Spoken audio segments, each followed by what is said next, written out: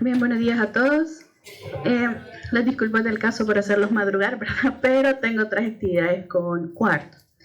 Entonces, en este caso, pues vamos a dar inicio con la clase que corresponde a la unidad 2 de enfermedades dermatológicas más frecuentes. Por favor, ustedes pueden tomar sus apuntes. No quiero a nadie que esté tomando fotos. Esto se lo voy a pasar, ¿sí? Igual la bibliografía específica de donde les voy a preguntar.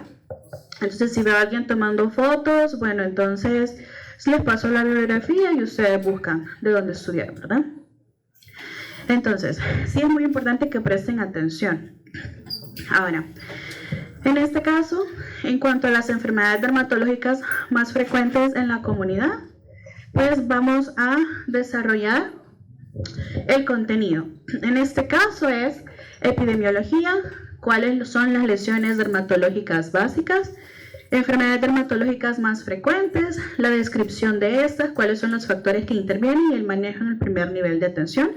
Recuerden que, bueno, aquí hacer la aclaración de que no nos vamos a enfocar mucho en el aspecto tanto clínico como diagnóstico de muchas enfermedades. Va a ser principalmente lo básico, ¿verdad? Todo eso ustedes lo van a ver en la asignatura de dermatología a profundidad. Entonces nos vamos a enfocar en todo aquello que se puede presentar y que es relevante en primer nivel, que es donde ustedes se van a desempeñar a corto plazo, ¿verdad? Cuando ustedes estén en el año social. Entonces, en este caso, vamos a dar inicio con la epidemiología.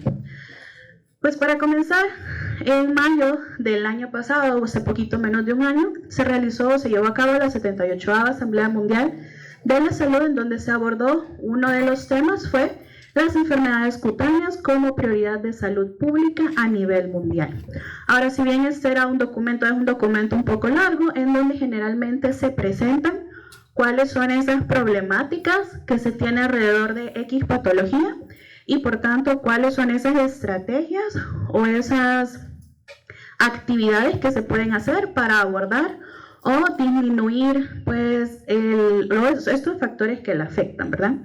No se los voy a leer todos, sin embargo sí les saqué unos puntos importantes que se llegaron como conclusión en esta asamblea. Y en este caso se las voy a leer para que ustedes vean cuál es la relevancia que tienen las enfermedades dermatológicas a nivel de la atención primaria o en general pues, a nivel mundial. Por tanto, la 78ª Asamblea Mundial de la Salud, habiendo examinado el informe del director general, recordando el compromiso de los Estados miembros de alcanzar la cobertura sanitaria universal, incluido el acceso a los servicios de salud esenciales para todas las personas, reconociendo que las enfermedades cutáneas abarcan una amplia gama de afecciones que incluyen trastornos infecciosos, inflamatorios y autoinmunes, dermatosis congénitas, afecciones crónicas y raras, tumores cutáneos malignos y afecciones dermatológicas influidas por el clima y el entorno que a menudo no se diagnostican ni se tratan, sobre todo en los países en desarrollo. Destacando los esfuerzos realizados para prevenir diversos tipos de enfermedades y afecciones cutáneas, mejorar su detección temprana y tratamiento, reducir su carga, eliminarlas y concienciar sobre ellas. Preocupada por la discriminación y la violencia que sufren las personas afectadas por enfermedades cutáneas. Ya vamos a ver más adelante que es un problema en donde se presentan en algunos casos o ciertas patologías mucho desconocimiento por parte de la población en general y eso puede causar hasta cierto punto estigmas y discriminación tanto a la persona con la patología como a sus familiares. Preocupada asimismo porque la prevalencia de nuevas enfermedades infecciosas se refleja cada vez más en el aumento de manifestaciones cutáneas y tomando nota de la importancia de reconocer estos signos como indicadores claves para detectar y responder con prontitud a los problemas de salud pública, reconociendo que hay consecuencias económicas, sociales y emocionales de las enfermedades cutáneas que generan discriminación y estigmatización y pueden desencadenar problemas de salud mental, en particular depresión y ansiedad, que agravan los efectos físicos de las enfermedades y afectar el desarrollo de la persona a lo largo de su vida. Preocupado por el hecho de que el conocimiento y la concienciación acerca de las enfermedades suele ser escasos en todos los niveles de la sociedad, por lo que eso retrasa el diagnóstico y tratamiento, así como la falta de vigilancia sistemática que podría llevar a subestimar la carga de estas enfermedades, especialmente en las comunidades de difícil acceso. Ahora, en este caso, más adelante les voy a mostrar un poquito de datos estadísticos dentro de lo que se tienen, donde generalmente se hacen censos o si se tienen datos epidemiológicos de cuáles son estas enfermedades que se consultan a segundo y tercer nivel, en este caso pues especialistas. Sin embargo, sí hay mucho desconocimiento en cuanto a los números de consulta a nivel en el primer nivel. Entonces eso también pues llega a subestimar la carga o pues la consulta de estos en las unidades de salud.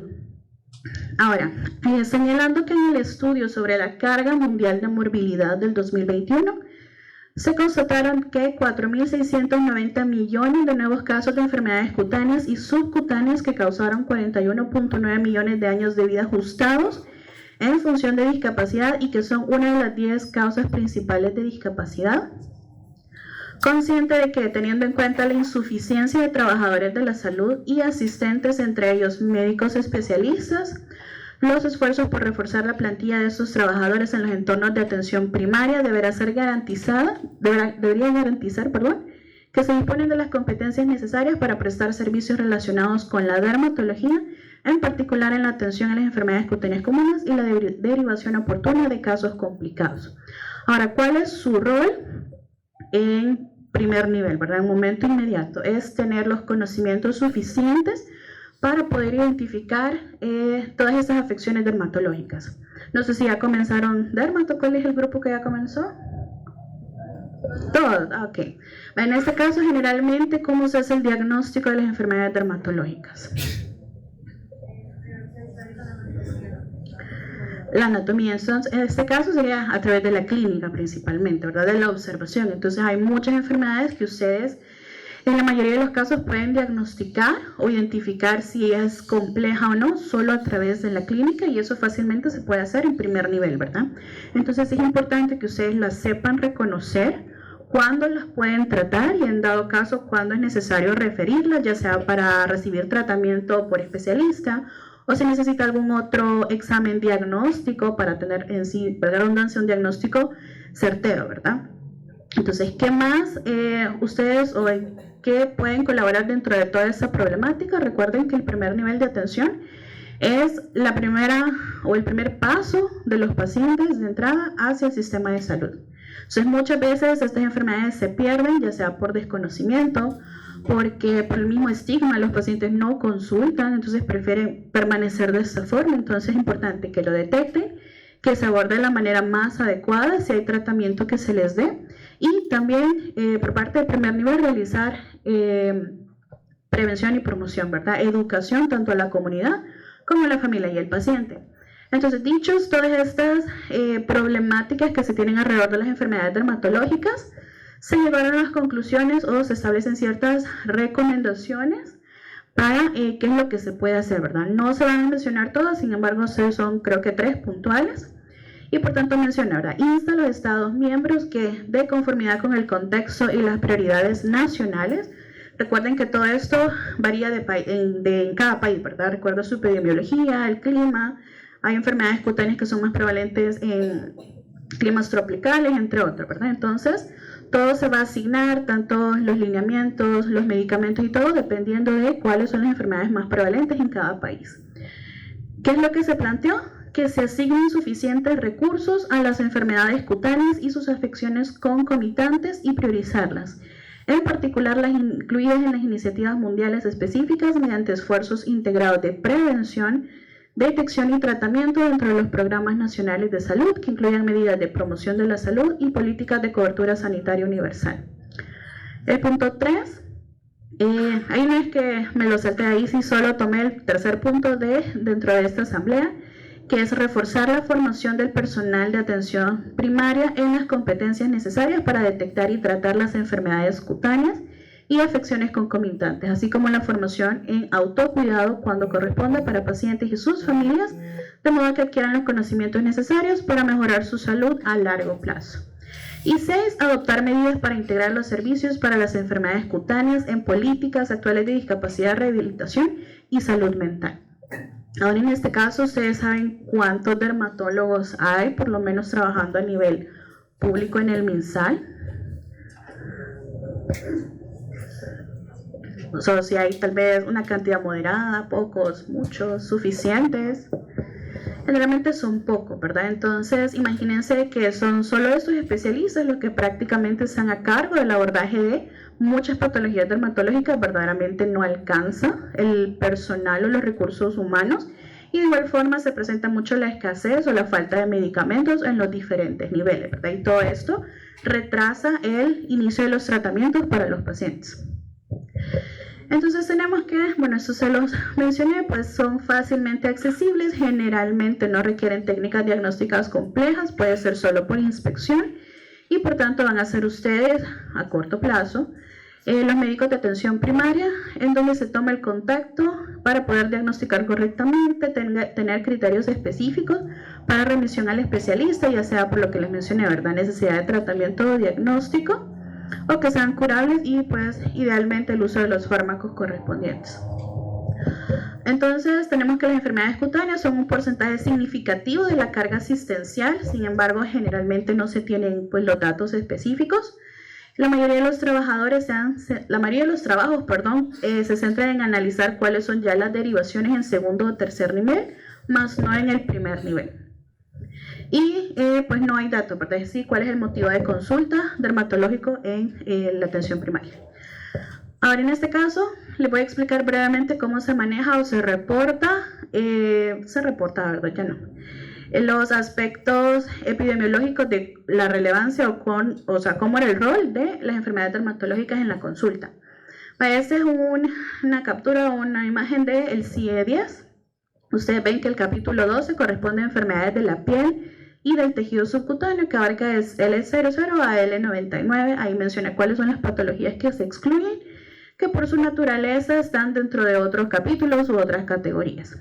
Entonces menciona que este capítulo tiene los siguientes grupos, que son los que están abajo de L0 a L99. Y ahí tenemos 3, 6, 8, ¿sí? 8 grupos: infecciones de la piel y tejido subcutáneo, tejidos flectenulares, dermatitis, eczema, trastornos de las faneras, otros trastornos de la piel y tejido subcutáneo. Entonces nos vamos a enfocar y les voy a explicar cómo funciona en este caso el primero, que es infecciones de la piel y tejido subcutáneo, y el último, que son otros trastornos de la piel y del tejido subcutáneo.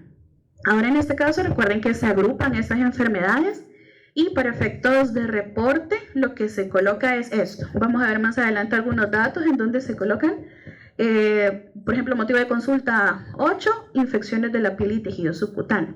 Entonces el problema acá es que hay muchas enfermedades que se colocan dentro de este grupo. Entonces el problema es que no se especifica en sí cuáles de todas las enfermedades dentro de este grupo son los principales motivos de consulta, sino que solo se coloca el grupo. Entonces, para mostrarles, tenemos acá el primero, que es infecciones de la piel.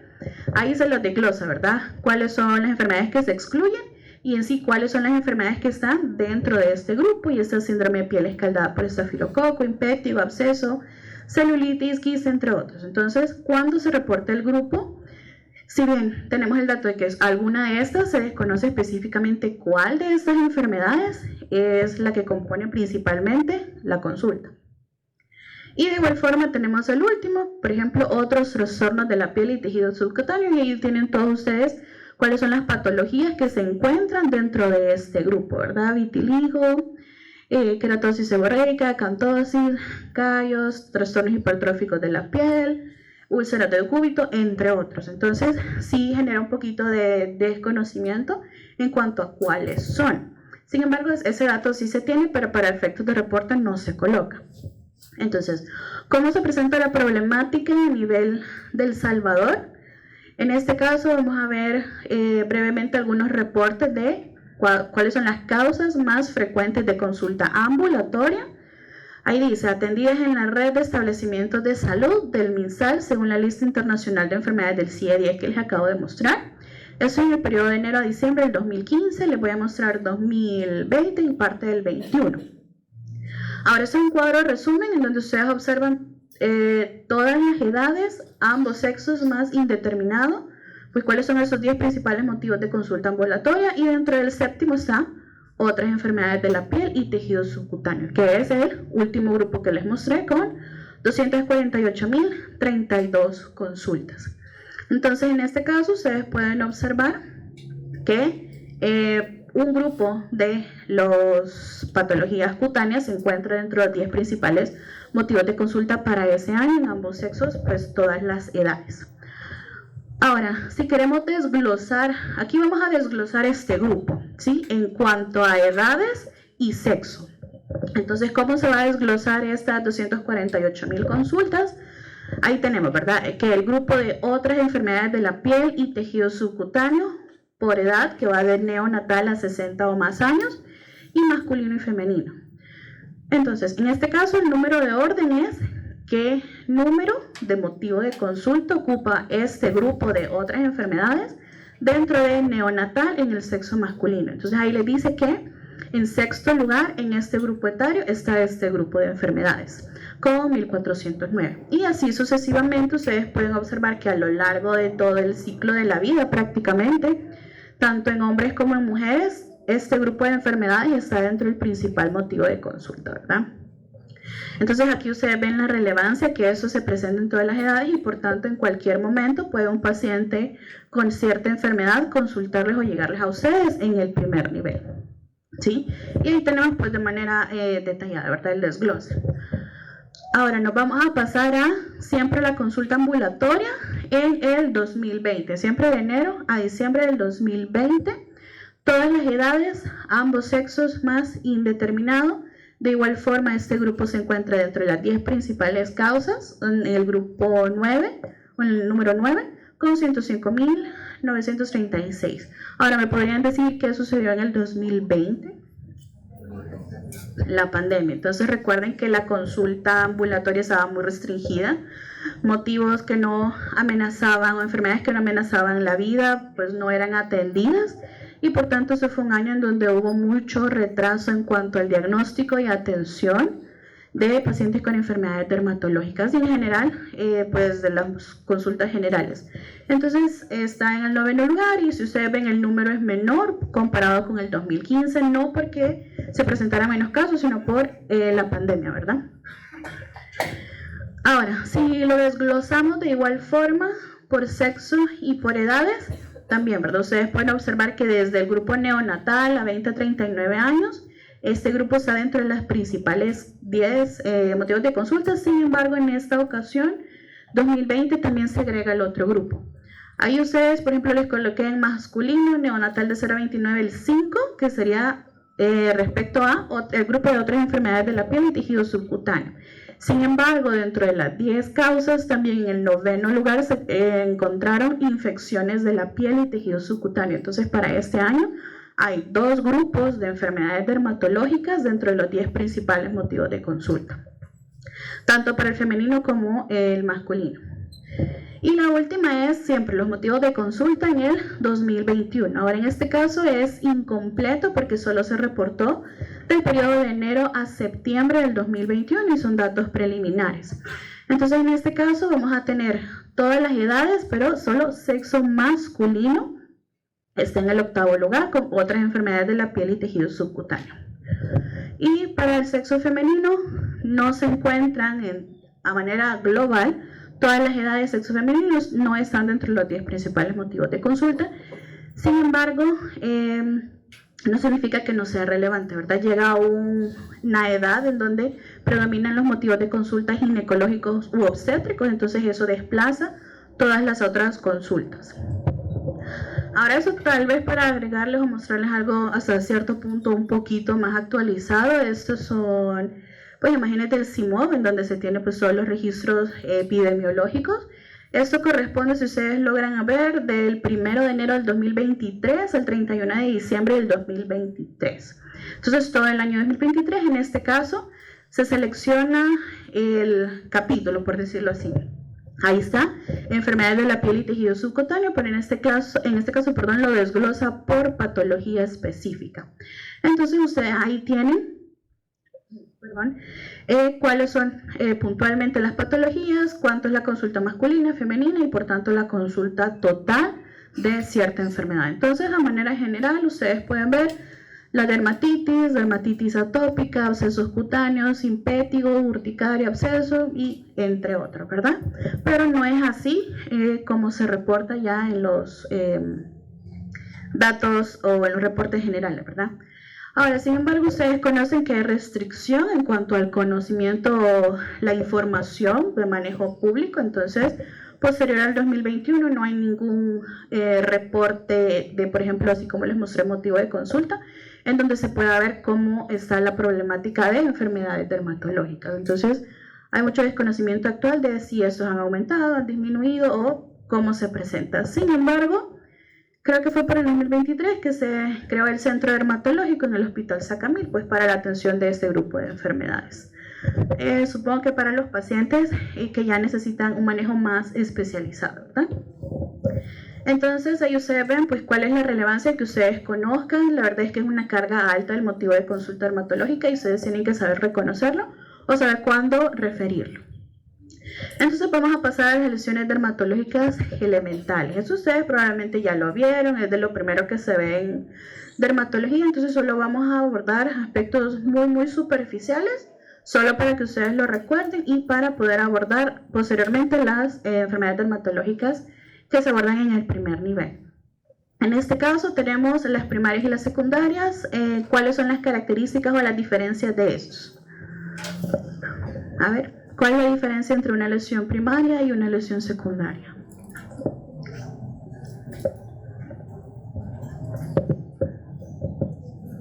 Bueno, escucho, vamos a seleccionar entonces así al azar. Vaya, de rosado, alguien que sea de rosado. Ustedes, de que se adelante.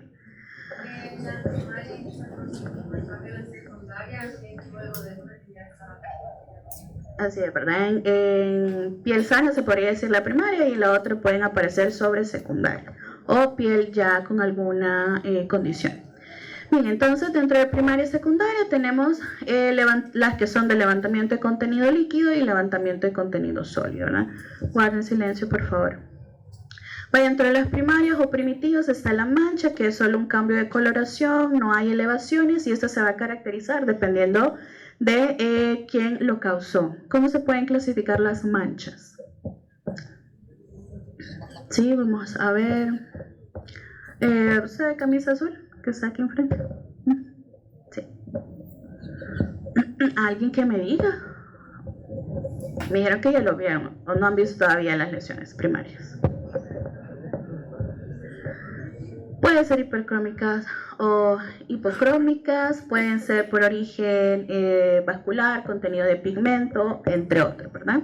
Y la costra, que es por un secado del exudado, que va a depender del tipo de exudado, si es melicérico, hemorrágico, entre otros.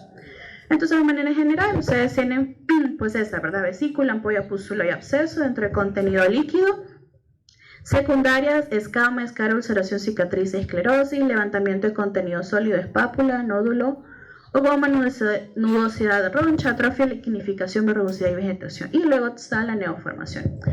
Entonces, de manera general, pues las lesiones primarias que son de levantamiento de contenido líquido, tenemos las vesículas y ampollas que presentan un contenido seroso, generalmente puede ir de 1 a 3 milímetros. En el caso de las vesículas y las ampollas son de mayor tamaño. Estas generalmente no dejan cicatriz o una lesión posterior a que resuelven. Y tenemos las pústulas y abscesos de contenido purulento y siempre son superficiales, ¿verdad? En el caso de algunos abscesos, dependiendo de la manipulación que se tenga, puede llegar a presentar una cicatriz o una lesión residual. Luego están las lesiones siempre primarias de levantamiento de contenido sólido. Solo algunas características puntuales. Recordemos que las pápulas son firmes, sólidas, subagudas, de milímetros a 1 centímetro y no dejan cicatriz. Los nódulos son duros, sólidos, firmes, tienen un tiempo de evolución de meses a años y tienden a dejar huella. En cuanto a las gomas, son nódulos que se reblandecen en el centro y se abren al exterior. Son de carácter crónico y sí dejan cicatriz. Ahora, siempre en cuanto a las primarias de contenido sólido, las ronchas, que también se conocen como abones, son sólidas, superficiales, mal definidas, pueden tener tamaños variables y este tiempo de evolución generalmente son horas. La nudosidad, que son profundas, dolorosas, son duras y tienden a no dejar huella. Ahora, en cuanto a las secundarias, tenemos la esclerosis, que es un endurecimiento parcial o total. La cicatriz, que son reparaciones fibrosas de soluciones de continuidad. ¿Cómo se pueden clasificar las cicatrices? Queloides, ¿qué más? Hipertróficas, así ven. Entonces eso es un repaso, ustedes ya se lo pueden. Y luego tenemos las costras, que van a depender de igual del contenido que seque al aire. También está la ulceración, que es la pérdida de la sustancia, la pérdida de continuidad de la piel. En cuanto a la escara, es una caída en bloque de una parte necrosada de la piel, que esta deja una úlcera.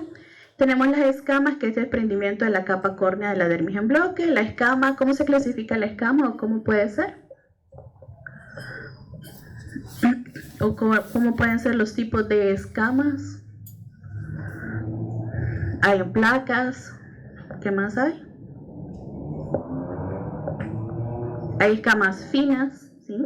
Puede afectar dependiendo también el grosor y vamos a verlo más adelante.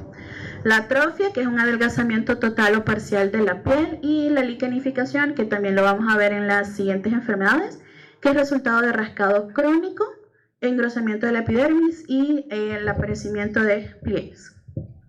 Bueno, las neoformaciones mencionan que pueden ser tanto primarias o secundarias, se caracterizan por ser persistentes y tienden a crecer. En algunos casos, o principalmente son secundarias, que aparecen posterior a una parte lesionada de la piel, o en casos menos frecuentes, primarias.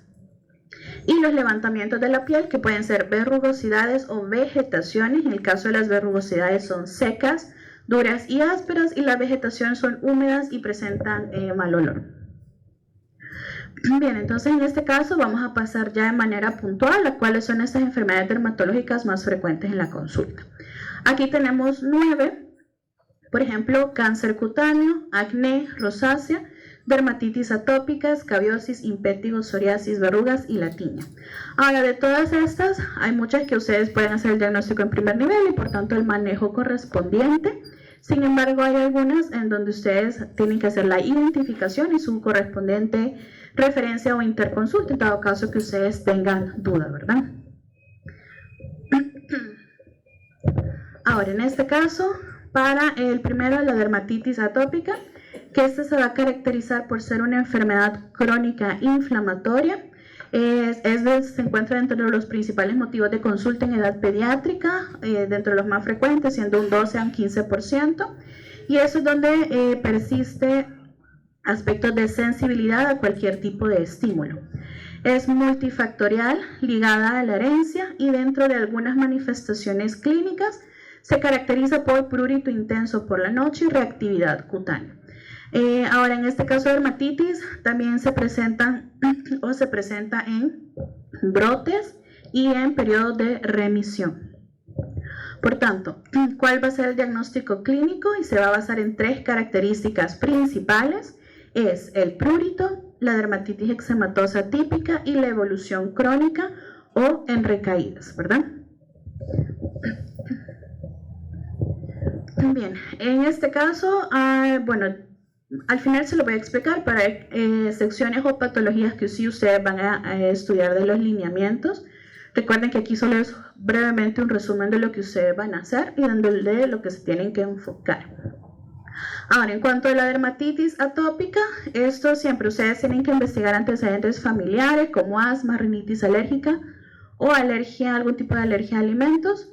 ¿Y cuáles van a ser las manifestaciones? Estas se van a clasificar en 3 tipos, en agudas, subagudas y lesiones crónicas. Las agudas son pruriginosas y pápulas eritematosas, las subagudas son pápulas eritematosas, escoriadas y descamativas, y las crónicas se van a caracterizar por liquenificación, que es lo que acabamos de ver, hay engrosamiento de la piel y pápulas fibróticas. Ahora, en este caso, es importante aclarar que estas 3 etapas o estos 3 momentos se pueden encontrar de manera simultánea en el mismo paciente, ¿verdad? Hay un paciente que puede tener lesiones crónicas, agudas y subagudas, y por tanto el manejo tiene que hacerse o adecuarse a lo que presente en el momento.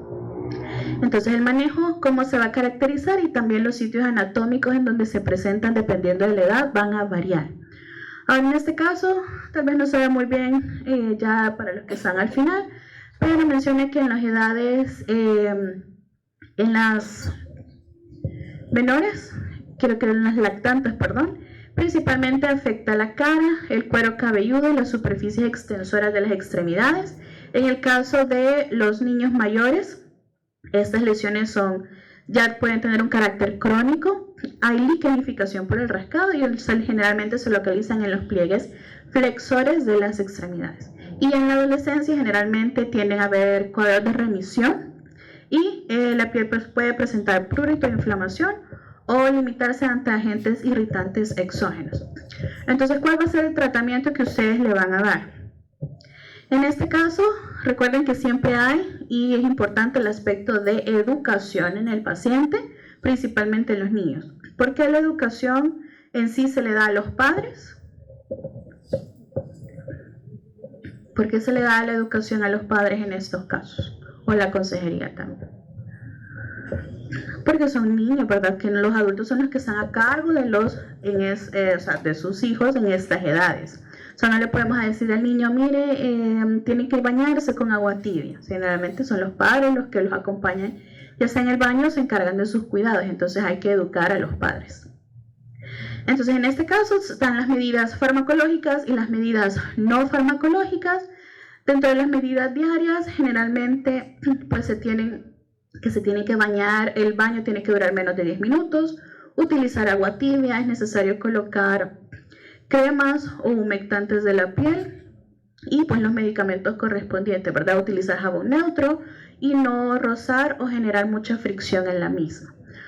Ahora, en este caso menciona en el episodio de brotes, se pueden colocar esteroides tópicos como hidrocortisona al 1% en lesiones agudas y subagudas, generalmente 2 veces al día y no utilizarlo más de 7 días. De igual forma se pueden colocar antihistamínicos para disminuir el rascado. La presentación y la dosis a 0.2 miligramos kilo día, ¿verdad? Entonces ustedes ya vieron prescripción médica el año pasado, así que no hay problema que yo les haga calcular dosis y que les presente un caso, ¿verdad? Entonces, ahora esto lo mencionan en los brotes, sin embargo sí es importante que ustedes también pueden identificar si pueden hacer un manejo o agregar antibióticos tópicos. Generalmente en estos casos puede haber una sobreinfección o hipertiginización de las lesiones y ustedes pueden agregar antibióticos tópicos, generalmente es ácido fusidílico al 2%, para complementar el tratamiento, ¿verdad? Siempre si las lesiones son pocas o limitadas. De igual forma hay casos en los que es necesario agregar esteroides, sin embargo eso ya le corresponde al especialista cuando ustedes consideren o valoren que hay necesidad de agregar otro tipo de medicamento. Bien, entonces en este caso, en cuanto a las complicaciones, siempre si ustedes ven que el paciente no mejora, que el tratamiento es refractario, pueden referirlo o generar una interconsulta. Y aquí menciona que la referencia de pediatría o especialidad que corresponda va a ser el dermatólogo o el oftalmólogo según la complicación. El dermatólogo o en este caso puede ser el pediatra, ¿verdad? Si ustedes consideran que hay necesidad de manejo antibiótico sistémico u otro tipo de medicamento. Y generalmente una de las complicaciones que se pueden llegar a presentar son queratoconjuntivitis atópica o queratocono. Entonces específicamente esas 2 complicaciones son las que va a ver el oftalmólogo. Ahora vamos a pasar a la segunda, que es la escabiasis. Esta es una enfermedad causada por un ectoparásito. Eso afecta de manera general cualquier edad y cualquier estado socioeconómico. ¿Quién causa la escabiasis o escabiosis? El Sarcoptes scabiei. Entonces, bueno, aquí menciona que el principal modo de transmisión es por contacto de la piel y fomites. Entonces ustedes que ya están empezando sus rotaciones en los hospitales, tengan cuidado, ¿verdad? Porque se pueden contagiar de eso en el hospital. Entonces no se apoyen o se acosten en cualquier lado, ¿verdad? Para evitar esto. Entonces en este caso la vamos a clasificar en 2 tipos, en clásica y costrosa. La clásica generalmente es la más frecuente. Afecta, si ustedes quieren apoyarse el muñequito allá, afecta la zona periumbilical, la cintura, los genitales, las mamas y las manos, ¿sí? Y en cuanto a la costrosa, esta generalmente solo se presenta en pacientes inmunocomprometidos. Ahora, en cuanto a las manifestaciones clínicas, estas pueden ser específicas como prurito intenso, principalmente nocturno, pápulas inflamatorias diseminadas, y las no específicas son excoriaciones de la piel, eczema secundario o impetigización o sobreinfección de las lesiones por el rascado. Ahora, en este caso, el diagnóstico es clínico, sin embargo, ustedes pueden iniciar tratamiento. Sin embargo, a nivel teórico les menciona que el diagnóstico definitivo es por microscopía, ¿sí? Entonces, hay que tomarlo en cuenta. En este caso, vamos a ver el manejo tanto para la clásica como para la costrosa. Ahora, ¿cuáles son los signos o el signo patognomónico de la escabiasis o escabiosis? Los surcos, ¿verdad? Entonces, en este caso son los túneles o madrigueras, ¿verdad? Que no siempre se pueden observar. Bueno,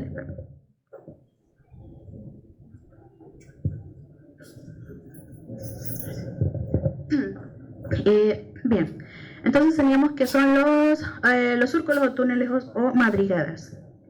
Bien, entonces en este caso vamos a pasar en sí, pues, al manejo. En este caso, ¿cuál va a ser el manejo? Dependiendo si es si es clásica o costrosa. Bueno, aquí menciona unos datos extra. En el caso de la clásica, es el prurito generalizado, es más intenso por la noche, la historia es sugestiva, hay lesiones características y hay que tomar en cuenta contactos como posible contaminación o nexo epidemiológico.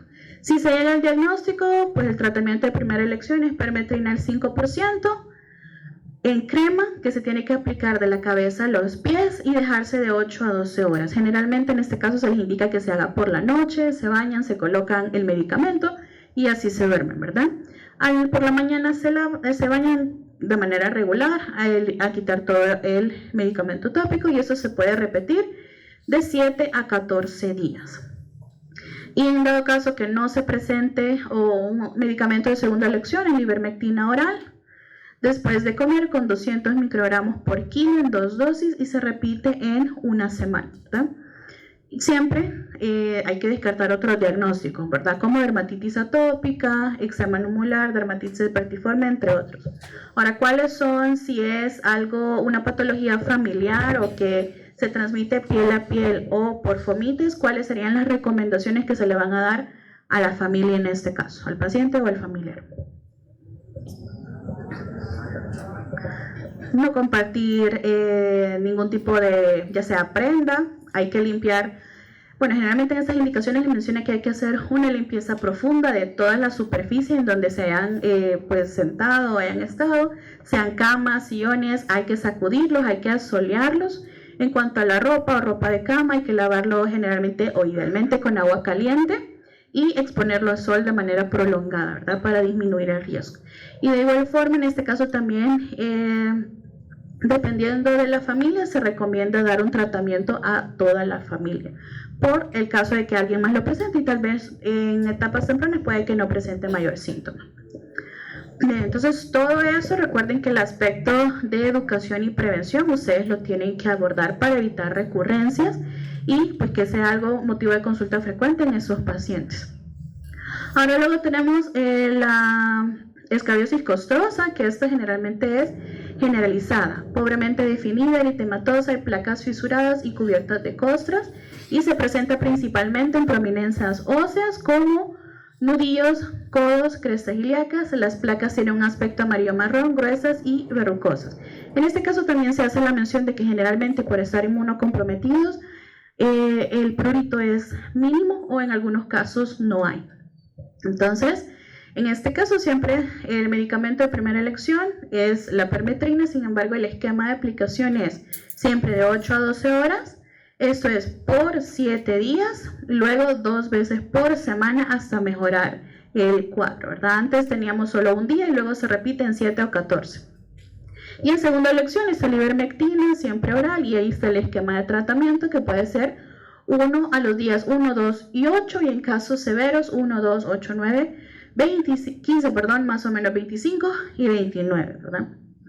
Y siempre descartar otras patologías. Ahora, en dado caso que ustedes vean que no resuelve el caso, es de referirlo a dermatología, tal vez para descartar algún otro diagnóstico, y bueno, si se resuelve, es que tenga continuidad de controles siempre en la unidad de salud. Bien, entonces luego vamos a impétigo. En este caso, bueno, perdón, algo que se me olvidó mencionar dentro de la escabiosis, todos aquellos pacientes, que presenten complicaciones, que tratamiento refractario o que sean menores de 2 meses, tienen que referirlo, ¿verdad?, a el especialista o a la consulta con el especialista. Y luego tenemos, bueno, en este caso el impétigo, que es una infección bacteriana superficial de la piel, contagiosa y autoinoculable, que se va a caracterizar por ampollas casi siempre efímeras, que se reemplazan por pústulas, se desecan con rapidez y forman costras mielicéricas. Es más frecuente en la edad preescolar y escolar y se van a clasificar en 2 tipos, que son ampollosos y no ampollosos.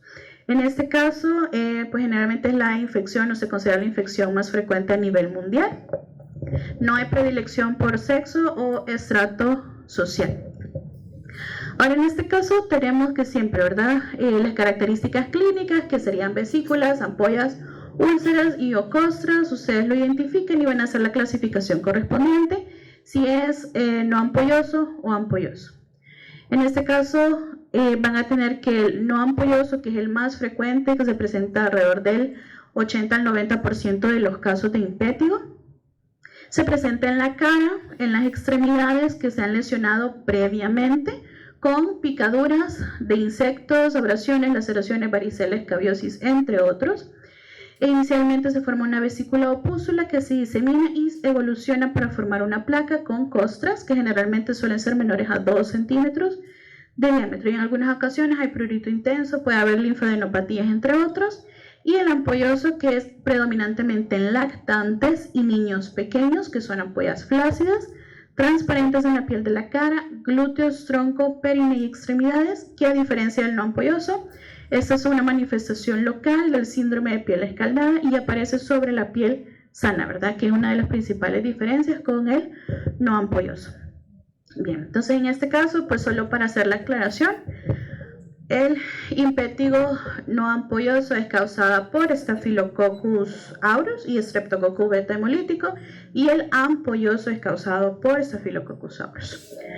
Ahora, en este caso, ¿cuál va a ser el tratamiento para esta patología? Menciona casos leves y localizados. Tenemos el ácido fusídico al 2%, 3 veces al día por 5 días. La mupirocina puede ser 3 veces al día por 7 días, o en su defecto un combinado de neomicina y bacitracina. Recuerden que el manejo, si bien hay esquemas establecidos de tratamiento, eso va a depender de la disponibilidad que ustedes tengan en el lugar en donde se encuentren, ¿verdad? Puede haber que solo haya un tipo de crema u otro, entonces hay que adaptarse a la disponibilidad de fármacos. De igual forma, menciona que puede haber o puede utilizarse tratamiento antimicrobiano junto al tratamiento tópico, ¿verdad?, en casos en donde hay una afectación sistémica, en donde el paciente presente una fiebre arriba de 38.5 o afectación general. Entonces puede utilizarse antibiótico, puede ser amoxicilina con ácido clavulánico, cefadroxilo o dicloxacilina, ¿verdad? Y ahí están las presentaciones y la dosis y el tiempo por el cual se tiene que dar este medicamento. Ahora, en este caso, dentro de el manejo general es el cuidado de las lesiones, evitar el rascado, que por ser autoinoculación, el niño puede infectarse a otras áreas sanas de la piel. Entonces, idealmente los niños tienen que tener las uñas cortas para evitar lesiones o traumatismos de las lesiones que ya presentan o afectar otras partes del cuerpo, ¿sí? Ahora, en cuanto a si presenta complicaciones, pues si no las presenta, tratamiento y seguimiento. Y si las presenta, hay que referir al segundo nivel. Ahora, ¿qué complicaciones se pueden presentar? En algunos, bueno, generalmente pueden ser, si es Staphylococcus aureus, hay síndrome de piel escaldada, celulitis, choque tóxico y neumonía. Si es Streptococcus beta hemolítico, puede haber glomerulonefritis post-streptocócica aguda, ¿verdad? De todas esas complicaciones, las que ustedes van a mandar a tercer nivel directamente son síndrome de piel escaldada, choque tóxico y la glomerulonefritis post-streptocócica. Lo demás se puede manejar en segundo nivel. El manejo adecuado va a depender si presenta secuelas o no, Si las presenta, pues seguimiento por subespecialista en la unidad especializada, y si no presenta, pues seguimiento únicamente por el ECOS especializado. Luego tenemos, en este caso, la psoriasis. Ahora aquí vamos a hacer tal vez un poquito, nos vamos a extender un poco más por la complejidad que presenta esta patología. Recuerden que es un problema dermatológico crónico en donde se da principalmente un diagnóstico tardío y un manejo tal vez no adecuado por la escasez de ya sea especialistas o por medicamentos o procedimientos que puedan ayudar a mejorar esta condición. Sin embargo, por disponibilidad es muy limitada y por su carácter crónico, dependiendo de qué tipo sea, afecta principalmente o puede afectar la salud mental del paciente, ¿verdad? La calidad de vida, y por eso el manejo de la psoriasis es integral. Ya lo vamos a ver. Ahora, en cuanto a la psoriasis, en mayo del 2016, la OMS la describe como una enfermedad incapacitante que no es curable, pero sí tratable con el objetivo de la remisión, que tiene un impacto negativo en la calidad de vida del paciente. La psoriasis es una enfermedad inflamatoria, crónica, recidivante, sistémica, no transmisible, de naturaleza inmunológica, predisposición genética y desencadenantes multifactoriales, que se va a caracterizar por afectar piel, uñas, cuero cabelludo, mucosas, que puede comprometer también articulaciones. Y en cuanto a las lesiones elementales, estas son placas eritematoescamosas delimitadas, generalmente simétricas, que generan síntomas subjetivos como prurito, ardor, dolor y sangrado leve, generalmente que es secundario a rascado, ¿verdad? Y los patrones clínicos pueden combinarse o aparecer en el mismo paciente distintas presentaciones de psoriasis. Ahora, ¿cómo se van a clasificar? En este caso, según los factores patógenos, tenemos la psoriasis tipo 1 y la tipo 2. La tipo 1 es la que se presenta en menores de 40 años y la psoriasis tipo 2 es la que se presenta en mayores de 40 años, ¿verdad? Son casos más aislados y tiende a disminuir la prevalencia familiar. Ahora, en este caso, la clasificación según el tipo morfológico es la psoriasis vulgar, pustulosa, en gotas, y la artritis psoriásica. La psoriasis vulgar es la más común, del 80 al 90% de los casos. Esta se caracteriza por ser simétrica. En el caso de la psoriasis en gotas, se caracteriza por que son placas eritematoescamosas. Estas aquí se pueden observar que generalmente miden en la imagen del medio de 0.5 a 1 centímetro, afectan principalmente tronco y extremidades y predominan, o el grupo etario más afectado son los niños. Ahora, en cuanto a la artritis psoriásica, estas son o se puede presentar en del 7% al 42% de los casos o de los pacientes que presenten artritis, ¿verdad? Esto es crónica, cero negativa para el factor reumatoideo. Y en cuanto a los factores desencadenantes, recuerden que si bien tiene un componente hereditario, también hay factores que pueden desencadenar el aparecimiento de esto, como traumas físicos, por ejemplo, excoriaciones, que se realicen tatuajes, químicos, quemaduras solares, entre otros, infecciones dermatológicas o infecciones en este caso puede ser faringitis posterior a faringitis estreptocócica, infecciones por VIH o inmunosupresión, el uso de ciertos medicamentos como la terbinafina, situaciones de estrés y otros, ¿verdad?, que pueden causar el aparecimiento de esta patología. Ahora, como se mencionó, el manejo es integral en la psoriasis. Entonces, ustedes aquí tienen por nivel de atención cuáles son esas actividades que se pueden realizar, cuáles son esas intervenciones. Ahora, si ustedes observan, en todos los niveles hay intervenciones de promoción y prevención. Entonces, esto empieza o inicia en primer nivel, que es lo que ustedes tienen que enfocarse, ¿verdad? Entonces, dentro de la promoción, atender al usuario, bueno, con calidad y calidez, considerando que es una enfermedad pues incapacitante y que puede presentar afectaciones a nivel de salud mental. Es importante que se trate de manera adecuada al paciente. Tiene que darse educación para la salud, promover estilos de vida saludables, fortalecer la autoestima, promoción del autocuidado e higiene personal, dieta saludable, entre otras, ¿verdad? Dentro de la prevención, el abordaje de los factores de riesgo que pueda afectar la conducta de las personas, como el consumo de alcohol, tabaco, uso de drogas ilícitas, ansiedad o depresión, o antecedentes de falla terapéuticas o alguna otra enfermedad crónica que se presente concomitantemente. Ahora, en cuanto a la detección precoz de condiciones que afecten la salud, a todos los pacientes se les tiene que pasar o aplicar la escala de índice de calidad de vida en dermatología para ver pues en qué nivel se encuentra y realizar la referencia o el abordaje con psicología o con psiquiatría si corresponde. Ahora, ¿cuál va a ser el abordaje clínico? Siempre tiene que ir de lo más sencillo, por decirlo, a lo más complicado, y siempre empieza, o en algunos casos puede empezar en primer nivel. ¿Qué se van a atender en primer nivel? La psoriasis leve y estable, cuando hay pocas y pequeñas áreas afectadas y cuando hay una buena respuesta al manejo tópico, porque generalmente se puede aplicar, bueno, las cremas que vamos a mencionar posteriormente, y hay un buen resultado, ¿verdad? Hay un manejo de estas lesiones. Ahora, ¿qué va a pasar si el paciente no responde al tratamiento tópico por más de 4 semanas? Tiene una psoriasis moderada, hay comorbilidades o enfermedades de base que están descompensadas, afectación articular o sospecha de ellas, más lesiones cutáneas activas, es de manejo en segundo nivel. Y tercer nivel ya son las psoriasis severas, que haya sido manejado por dermatólogo en el primero o segundo nivel, pacientes con eritrodermia o que sean candidatos a fototerapia, ya es tercer nivel para el manejo adecuado. Ahora, ¿cuáles van a ser estos medicamentos tópicos? Si bien ustedes se van a limitar a los tópicos, y a pesar de que aquí menciona 4, no siempre hay, esos también se pueden utilizar en los 3 diferentes niveles.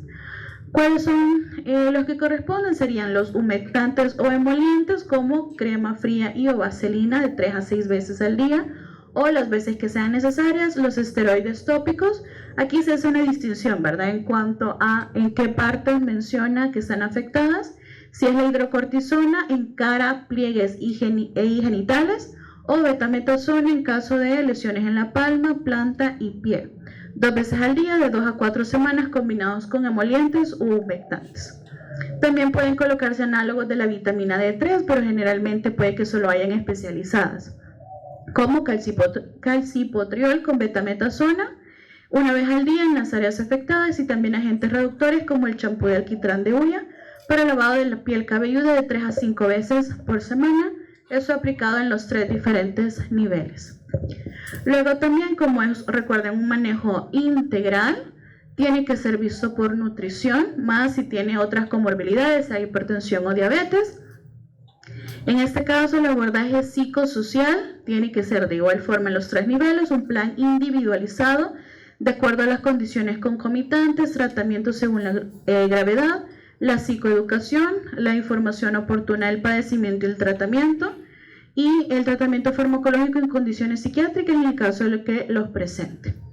Ahora, ahí les menciono específicamente cuáles son los criterios de referencia, que es detección precoz, apoyo diagnósticos, tratamientos farmacológicos si hay alguna otra comorbilidad, y qué es lo que ustedes pueden hacer en primero, segundo o tercer nivel dependiendo del paciente.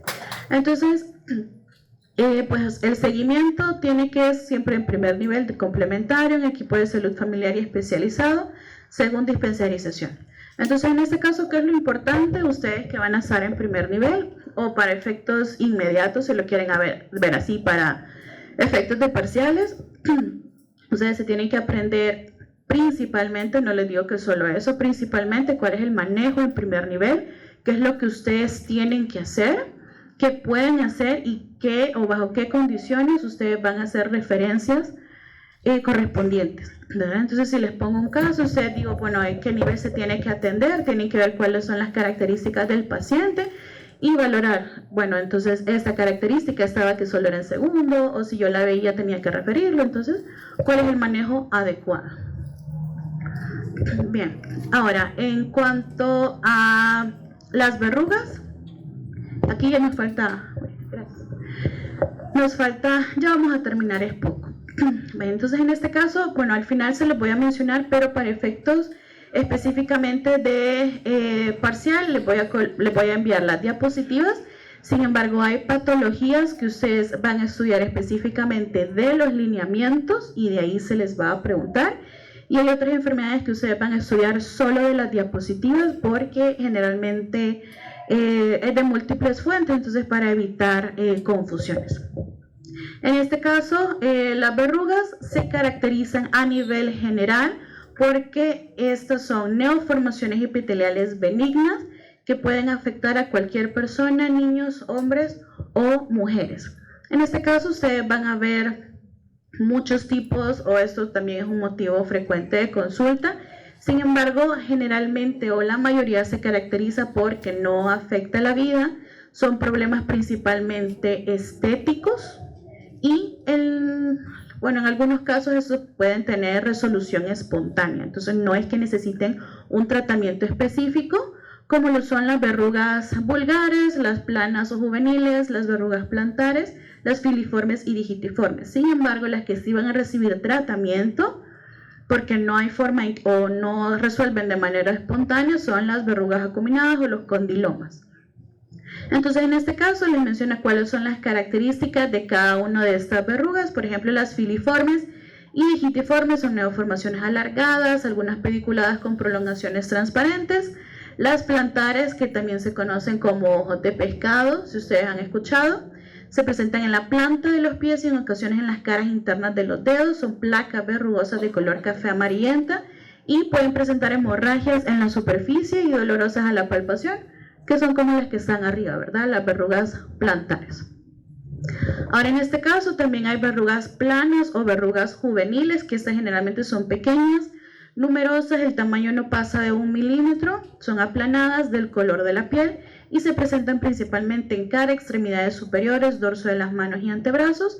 Y luego tenemos las vulgares, que son las más comunes, que son solitarias, pueden ser múltiples, secas, duras, del color de la piel o más oscuras, semiesféricas, delimitadas, aparecen o se presentan en la superficie con un punteado oscuro, son indoloras y, a menos que se traumaticen.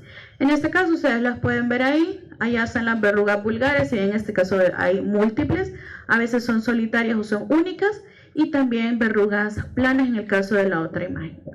Ahora, como les mencioné, generalmente no ocasionan algo, no afectan la vida, o en algunos casos graves sí, ¿verdad? Si hay una afectación extensa, si hay problemas de apariencia, puede causar inconformidad o problemas de salud mental. Sin embargo, si son casos aislados, esto generalmente no es algo que ustedes puedan manejar en primer nivel por ser principalmente estético. Entonces, si nos vamos ya a las que sí van a manejar, que son las papilomas venéreos, estos se van a presentar alrededor de orificios naturales como el glande, labios mayores y menores, vulva, ano y boca, y tienen aspecto vegetante, que el tamaño puede variar de 1 milímetro a grandes dimensiones y que en algunos casos puede deformar la región genital. Pueden macerarse e infectarse secundariamente y en algunos casos pueden llegar a convertirse en carcinoma epidermoide. Entonces, ¿cuál es el tratamiento? En este caso, como les mencioné, son de resolución espontánea, excepto las acuminadas, que como ustedes lo van a tratar con podofilina del 10 al 25%, una vez por semana según evolución de las verrugas, en un área siempre y cuando afecte menor a 1 centímetro cuadrado, y siempre tiene que haber protección del tejido aledaño con vaselina para evitar irritaciones. Dependiendo de las características del paciente, si son embarazadas, pueden utilizar ácido tricloroacético del 80 al 90%, cada semana o cada 2 semanas según la evolución, y de igual forma tiene que haber protección del tejido aledaño. En este caso sí es importante la protección porque ya se han dado los casos de quemaduras o irritaciones secundarias a una aplicación inadecuada de ya sea ácido o podofilina, principalmente ácido, ¿verdad? Ahora, también en casos ya un poco más severos o dependiendo del paciente, se puede dar crioterapia o electrofulguración y curetaje. ¿Cuándo se van a referir a estos pacientes? En dado caso que identifiquen condilomatosis gigante, recuerden que si ustedes identifican una enfermedad de transmisión sexual, siempre hay que buscar otras enfermedades de transmisión sexual y hay que hacer el examen citológico. Si este sale anormal, es motivo de referencia. Luego tenemos las micosis superficiales, que en este caso son producidas por hongos. Las micosis superficiales son aquellas en las cuales el agente causal no pasa más allá de la capa córnea, y en este caso vamos a abordar 3, que son las tiñas, candidiasis y la pitiriasis versicolor. Ahora, en cuanto a las tiñas, es un grupo de enfermedades cutáneas que se producen por hongos parásitos estrictos de la queratina de la piel y los anexos. En cuanto a los criterios diagnósticos, tenemos que la tiña del cuerpo produce una pápula rojiza, pruriginosa, que a los días crece de forma excéntrica, origina una lesión circular eritematosa con fina escama y un borde activo conformado por pequeñas vesículas que al romperse dejan costras mielicéricas pequeñas. La tiña de los pies, que ustedes también conocen como pie de atleta, es una localización frecuente. Hay formación de escama, maceración y vesiculación entre los dedos o los espacios interdigitales y en los bordes de los pies o en las plantas. Y luego tenemos la tiña de las uñas, que va a iniciar con la invasión del borde libre, que poco a poco se extiende hasta completar todo el cuerpo de la uña y la matriz unguial, y se caracteriza porque son opacas, secas, amarillentas, quebradizas, estriadas, y como ustedes pueden ver en la imagen, por la misma afectación hay irregularidades que empiezan desde el borde, ¿verdad? De igual forma, ustedes ahí pueden ver la imagen de un pie de atleta o tiña de los pies, donde hay afectación o maceración en los espacios interdigitales. Entonces, ¿cuál va a ser el manejo de estos pacientes?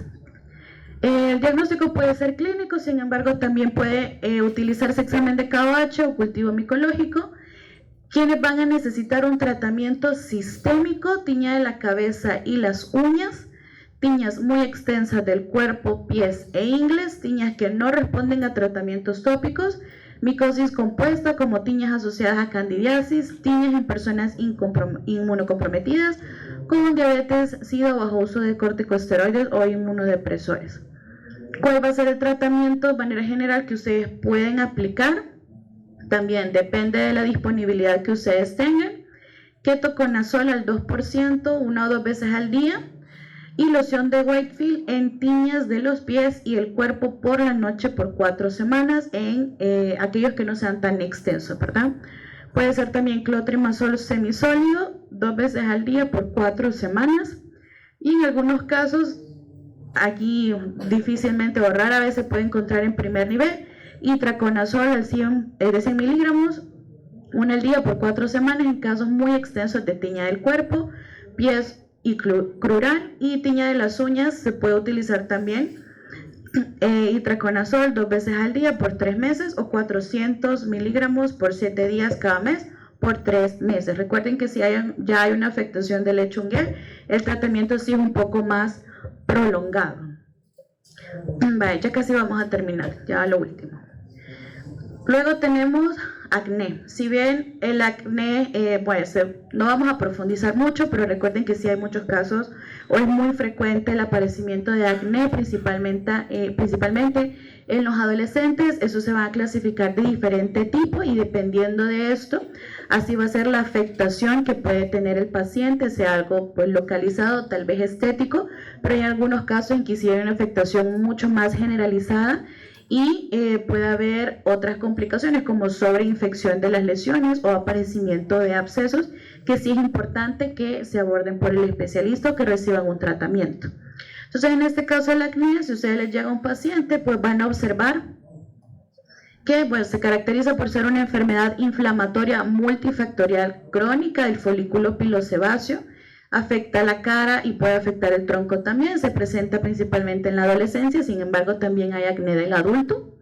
Se caracteriza por diferentes lesiones como pápulas, comedones, pústulas, nódulos y quistes. Las estadísticas pueden variar, del 20 al 25% de los adolescentes se ve afectado, principalmente en el sexo masculino, y inicia después de los 10 años en las mujeres y después de los 12 en los hombres. Bien, entonces, a manera general, ¿cuál es el proceso de evolución de las lesiones del acné? Estas inician con lesiones no inflamatorias como la seborrea, Estos van a generar aparecimiento de comedones cerrados y en algunas ocasiones comedones abiertos. Posteriormente, estas pueden generar o convertirse en lesiones inflamatorias, convirtiéndose en pápulas. Estas pápulas pueden evolucionar a pústulas y abscesos, y en algunos casos, dependiendo de la manipulación o del tamaño de estas lesiones, pueden convertirse en lesiones residuales y formar cicatrices, ¿verdad? Que creo que ustedes ya han visto que hay muchos pacientes o personas que han presentado casos o cuadros severos con abscesos o pústulas en caso del acné que dejan cicatrices en el rostro. Entonces es importante identificar que estas tres etapas, tanto no inflamatoria como residual, se pueden encontrar de manera simultánea o al mismo tiempo en el mismo paciente. Ahora, aquí se les coloca qué se debe y qué no se debe hacer de manera general, ¿verdad? Pero recuerden que esto va a depender de cada paciente, que no se recomienda dietas en el sentido de que muchas veces hay dietas restrictivas o que no son evaluadas por un especialista. Entonces generalmente se educan porque lo vi en internet, es que yo vi que no tenía que comer esto o que tenía que comer más esto porque eso disminuye el acné, ¿verdad? Entonces depende de cada paciente. No se recomienda el uso de cosméticos, el uso de pomadas de manera indiscriminada o no recetadas. Anticonceptivos, depende. En algunos casos los anticonceptivos se pueden recetar o pueden ayudar a la disminución del acné.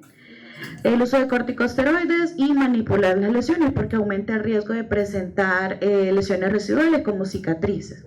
¿Qué sí se recomienda? Lavar la cara con agua y jabón, lociones desengrasantes y queratolíticas, antibióticos sistémicos en el caso de que presenten, por ejemplo, acné con abscesos o pústulas, actividad física, exponerse al sol, pues un estilo de vida lo más adecuado posible, y la consejería tanto al familiar como a los pacientes. Entonces, en este caso, tal vez, si bien ustedes no lo vean en el primer nivel, o en algunos casos sí lo puedan observar si hay especialista, o si se puede dar el manejo, que es lo que se hace, pues el diagnóstico es clínico, es polilesional, que están las 4 etapas, pues están las 4 en el mismo paciente. La topografía es principalmente en la cara, en frente, mejillas, regiones submaxilares, en tronco en ambas caras, excepcionalmente lesiones en hombros y glúteos. ¿Cuál es el tratamiento? Va a depender del tipo de acné, pero generalmente es ácido salicílico y Resorcina al 3% en soluciones hidroalcohólicas, 1 o 2 veces al día según la evolución, ácido retinoico en crema o gel al 0.05 con aplicación por la noche según evolución, y eritromicina al 4% por la mañana y noche según la evolución también. En algunos casos, como se mencionó, puede utilizarse tratamiento sistémico como doxiciclina, 1 al día según la evolución, y trimethoprim 2 a 4 tabletas al día, también según evolución. Y ahí solo les menciono, o pueden observar un paciente con acné en tratamiento inicial y pues en la otra imagen post tratamiento ya solo con lesiones residuales. Ahora, en general, pues ¿cuáles son las metas del tratamiento del acné? Lo que se busca es limitar el número de lesiones, destapar los comedores, evitar la inflamación, prevenir secuelas, y el acné antes de los 20 años solo es controlable en caso de que se presente. El tratamiento tópico consiste en lavado con agua y jabón, lociones queratolíticas, ácido retinoico, puede ser adapaleno también, o ácido acelaico, peróxido de bencilo, eritromicina o clindamicina, o pomadas abrasivas. El tratamiento sistémico puede ser antibióticos, el Subtrim, otro antibiótico, en el caso puede utilizarse diaminodifenilsulfona en el caso de acné con globata, isotretinoína en casos escogidos o seleccionados, o antiandrógenos en algunos casos en mujeres con acné. Luego tenemos la rosácea. Ahora, en este caso, pues es un proceso inflamatorio acniforme crónico de las unidades pilosebáceas de la cara. Hay una reactividad aumentada de los capilares al calor y a la exposición al sol, y generalmente pueden producir enrojecimiento ante la telangiectasia. Son estas personas que, si ustedes se han dado cuenta, son personas puede ser arriba de los 40 años, que se ponen muy rojitas cuando hace mucho calor o cuando están mucho tiempo expuestos al sol. Entonces, en este caso, las lesiones pueden producirse o se presentan en brotes dependiendo de la exposición a estos factores. Se presentan frecuentemente de 30 a 50 años, principalmente en las mujeres, y en personas con fototipos 1 y 2, y menos frecuente en personas de color. Ahora, en este caso, ¿cuál es el diagnóstico? Se caracteriza por lesiones localizadas en cara, como en las mejillas, barbilla, frente, nariz y en raras ocasiones en el cuello. La morfología está constituida por el enrojecimiento periódico de la cara, hay presencia de pápulas, nódulos, telangiectasias y hay comedones. En algunos casos puede simular acné por la presencia de pápulas o nódulos, en algunos casos abscesos. Puede darse lesiones oculares como blefaritis, conjuntivitis y episcleritis. Entonces, en este caso, ¿por qué es importante? Generalmente, si esto no se trata, o en el caso principalmente de los hombres, que es donde se ve más frecuente, una rosácea no manejada puede ocasionar rinofima, ¿verdad?, en la nariz en los pacientes. Entonces, ¿cuál es el tratamiento tópico? Si bien ustedes tal vez no lo van a abordar, es importante que lo identifiquen. Y pues, ¿cuál es el manejo que generalmente se les da? Metronidazol al 2%, 2 veces al día, puede ser antibiótico eritromicina loción al 4%, si es sistémico, doxiciclina o metronidazol, según la evolución, generalmente son 3 meses. Ahora, si bien esto es un padecimiento crónico, puede haber recurrencias y después de 1 a 2 años esto puede desaparecer de forma espontánea. Y ya para terminar, este es el último, que es el cáncer cutáneo. Ahora, es importante que, si bien ya les mencioné, creo que de manera repetitiva, que tal vez ustedes no van a dar el manejo en cuanto al cáncer cutáneo, es importante que ustedes sepan identificarlo para hacerle referencia correspondiente. En este caso, pues el cáncer cutáneo abarca varias neoplasias que tienen en común un comportamiento considerado como maligno, que individualmente presentan grados muy diversos de agresividad local, que pueden hacer o realizar metástasis y ocasionar mortalidad. En este caso, la piel desarrolla el cáncer de menor malignidad, el carcinoma vasocelular, que este también es el sitio de origen de una de las neoplasias más agresivas, que sería el melanoma. Y el principal factor carcinogénico para individuos de raza blanca es la exposición solar prolongada, principalmente sin el uso adecuado de un protector solar. Eso se debe a que el escaso pigmento no protege adecuadamente del daño provocado por la fracción carcinogénica de la luz ultravioleta. Entonces, ¿cuáles son? Tal vez ustedes logren identificar un cáncer cutáneo tal vez marcado. Pueden también identificar lesiones precancerosas y referirlas de manera adecuada. La lesión precancerosa más frecuente es la queratosis actínica. También tomar en cuenta la radiodermatitis, la queratosis arsenicales, neovocongénito, úlceras y cicatrices, leucoplasias, entre otros. También hay genéticas como seroderma pigmentoso, albinismo, síndrome de neovasocelulares o epidermodisplasia verrucosiforme. Ahora, aquí de manera general, solo para que ustedes lo observen, tenemos en este esquema del cáncer cutáneo cuál es la distribución porcentual de los tipos más frecuentes. El principal es el cáncer vasocelular, tenemos el cáncer epidermoide con el 17% y el melanoma maligno con el 9% y otros abarcando el 4%. Entonces, ahí está lo que ustedes tienen que identificar en las diferentes lesiones, que son el tamaño, la forma, la pigmentación, la superficie, si hay ulceración, si hay borde o el inicio de esta lesión. No sé si ustedes se han dado cuenta, pues muchas veces, ya sea en TikTok o otros, pues hay casos de pacientes que dicen, no, yo tenía pues esta lesión o este granito que tal vez nunca se me quitaba y estaba de manera permanente, consulté a otros, y pues resulta que era un cáncer vasocelular. Entonces sí es importante que ustedes identifiquen estas lesiones que tal vez no se vean tan marcadas, pero sí, pues las características es importante reconocerlas. Y ahí pues solo se las menciona cuáles son. En el caso de los nevos melanocíticos, la queratosis seborreica, cuáles son las características ya de un melanoma maligno y del C.A. vasocelular pigmentado, para que ustedes lo repasen y pues hagan el correspondiente identificación. Vale, entonces, pues no sé si... Vaya, permítame que no he terminado. Vale, en este caso, en cuanto a la psoriasis, creo que ahí no estaba, pero sí es importante que ustedes ahí en los lineamientos va a salir o va a aparecer cómo se va a clasificar la psoriasis, o sea, cuáles son los criterios para clasificar una psoriasis, sea esta leve, moderada o severa. Recuerden que ustedes van a manejar la leve, referir la moderada o la severa. Entonces ahí les va a salir cuáles son los criterios, estudienlos también, no están acá, pero los tienen que estudiar. De igual forma, ahí también les va a aparecer cuáles son los criterios para referencia en el caso de la psoriasis. Ahí puntualmente les especifica en qué momento o qué características tiene que tener una psoriasis para enviarlos al hospital, para cuáles son los criterios de urgencia y cuáles son los criterios de retorno para la psoriasis, para que también lo revisen. Y de igual forma, también revisen la escala de, bueno, esa es la clasificación de la severidad de cada caso de psoriasis, y la escala de, para la salud mental, que se me olvidó el nombre, para que lo tomen en cuenta. Entonces, ¿cómo lo voy a evaluar para el parcial?